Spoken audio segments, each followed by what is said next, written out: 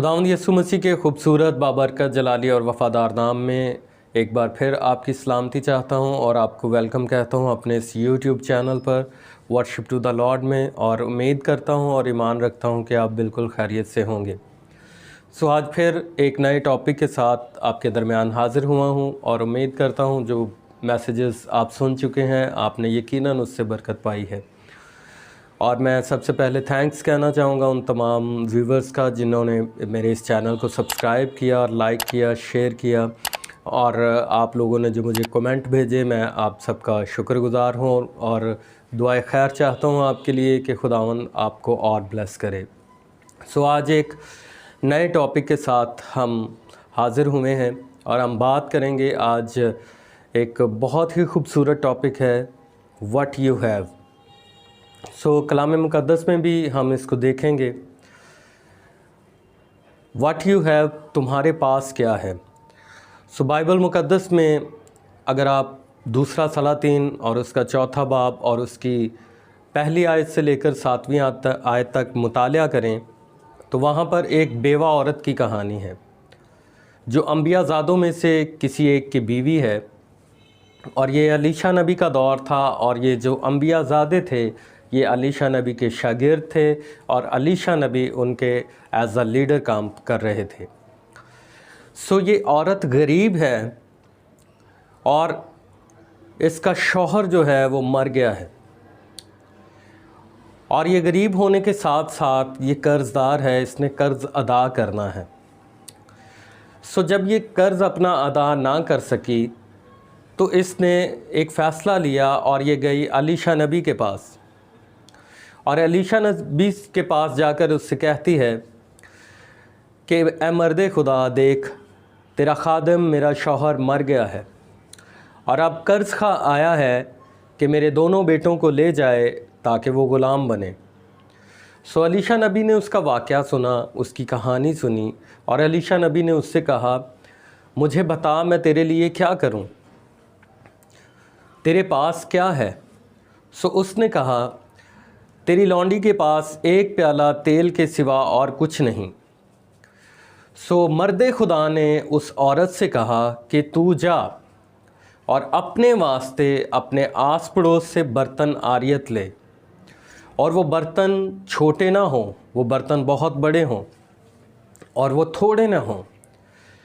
जब तू वो बर्तन इकट्ठे कर ले तो अपने दोनों बेटों को साथ लेना और अपनी कोठड़ी में जाना और दरवाज़ा पीछे से बंद कर लेना, और तू तेल उंडेलना और तेरे दोनों बेटे उस तेल जो जब तू उंडेले तो तेरे दोनों बेटे उसके नीचे बर्तन रखें, जब वो भर जाए तो उसको उठाकर एक नया बर्तन रखें।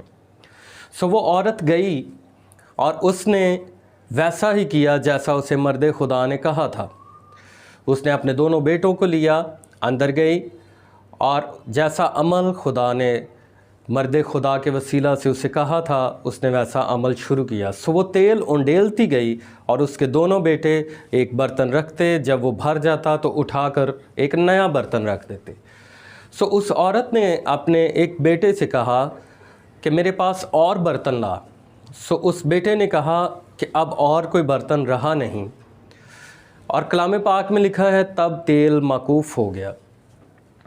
जब इसके पास इतना तेल हो गया कि जो इसके घर के बर्तन थे और जो इसने बर्तन आरियत लिए थे आस पड़ोस से, वो जब लबालब हो गए, भर गए, तो इसने खुद से कोई और फ़ैसला नहीं लिया। पहले जब कुछ नहीं है तो मर्द खुदा के पास गई, और जब बर्तन भर गए हैं तो फिर भी मर्द खुदा के पास गई। जब मर्द खुदा के पास गई तो मर्द खुदा ने उससे कहा कि तू जा और तेल बेच और अपना कर्ज़ अदा कर, और जो बच रहे उससे तू और तेरे दोनों बेटे गुजरान करें। वो औरत गई, उसने तेल बेचा और उसने अपना कर्ज़ अदा किया, और जो बच रहा उससे वो अपनी ज़िंदगी गुजारना शुरू हुई। बड़ी सीखने की बात है इस मैसेज के वसीला से कि उस बेवा औरत के पास सिर्फ़ थोड़ा सा तेल था, और यहूदी रवायात के मुताबिक, यहूदी कवानीन के मुताबिक हर घर में थोड़ा सा तेल या तेल का होना ज़रूरी था। एक निस्बत से तेल इसलिए भी ज़रूरी होता था क्योंकि जो शख्स करीबुल मर्ग होता था उसको मसा किया जाता था। आज भी बहुत सी मिनिस्ट्रीज़ के अंदर ये एक रिवायत है, जब कोई शख्स बीमार होता है या करीबुल मर्ग होता है तो उसको आखिरी मालिश के नाम से मसा किया जाता है। सो इस औरत के पास जो सामान था, जो तेल था, थोड़ा सा तेल था, वो उसके मसा होने के लिए या उसकी आखिरी मालिश के लिए था। सो वही तेल उसकी खुशहाली और रिहाई और छुटकारे का सबब बना, इसलिए कि उसने रुख किया मर्द खुदा के पास। यानी उसने अपने घर को बेचने का कोई नहीं सोचा, कोई फ़ैसला नहीं लिया, या उसने कोई और कर्ज़ उठाकर कर्ज़ उतारने का कोई फ़ैसला नहीं लिया। और दूसरी बात, वो इसलिए भी मर्द खुदा के पास गई क्योंकि यहूदी शरीयत के मुताबिक जो ग़ुलामी का अरसा होता था, जिसमें जो ग़ुलाम होता था या जिसको ग़ुलाम बनाया जाता था, जो कर्ज़ जिसने देना होता था, उसकी मुद्दत 6 साल थी। अगर वो 6 साल में अपना कर्ज़ा उतार दे तो वो वापस जा सकता था, वो ग़ुलामी से छुटकारा पा सकता था। सो इस औरत ने मर्द खुदा के पास आकर अपनी उस बड़ी मुश्किल का, जो उसकी सोच और उसके ख़यालात और उसकी ताकत से बाहर था, उसका हल उसे मिला। उसने तेल बेचा, अपना कर्ज़ अदा किया, अपने दोनों बेटों को ग़ुलामी से बचाया और अपनी ज़िंदगी को खुशहाल किया।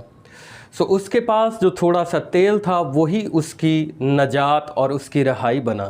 सो आज ये मेरे लिए और आपके लिए भी एक मैसेज है कि आज अगर हमारे पास तेल नहीं है तो यानी कुछ ना कुछ हमारे पास है जो बेशक थोड़ी सी तादाद में है, थोड़ी सी मिकदार में है। अब सोचना ये है कि हमारे पास क्या है। उसने जिस तरह रुख किया मर्द खुदा के पास जाने का, आज ज़रूरत इस बात की है कि हमने रुख करना है खुदा के घर में जाने का। सो ज़रूरी है जिस चर्च में आप जाते हैं, जिस खादम के साथ आपकी रफ़ाकत है, अपने चर्च के साथ वफ़ादार रहें, अपने खादम के साथ वफ़ादार रहें, उसी से आपकी बरकत जारी होगी। सो याद रखिए, ये थोड़ा सा तेल आपकी छोटी सी जॉब हो सकती है, आपका थोड़ा सा टैलेंट हो सकता है, आपकी छोटी सी खिदमत हो सकती है।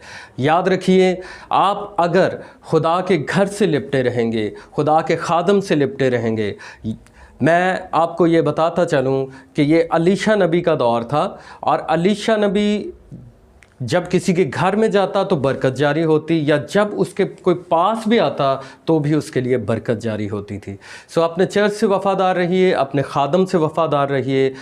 आपका थोड़ा सा टैलेंट ही आपकी ज़िंदगी को बदल देगा। जिस तरह इस औरत का थोड़ा सा तेल उसकी मखलसी और उसकी नजात का सबब बना, आज हमारा थोड़ा सा टैलेंट, छोटी सी जॉब या हमारी छोटी सी खिदमत जो है वो हमें प्रॉस्पर कर सकती है।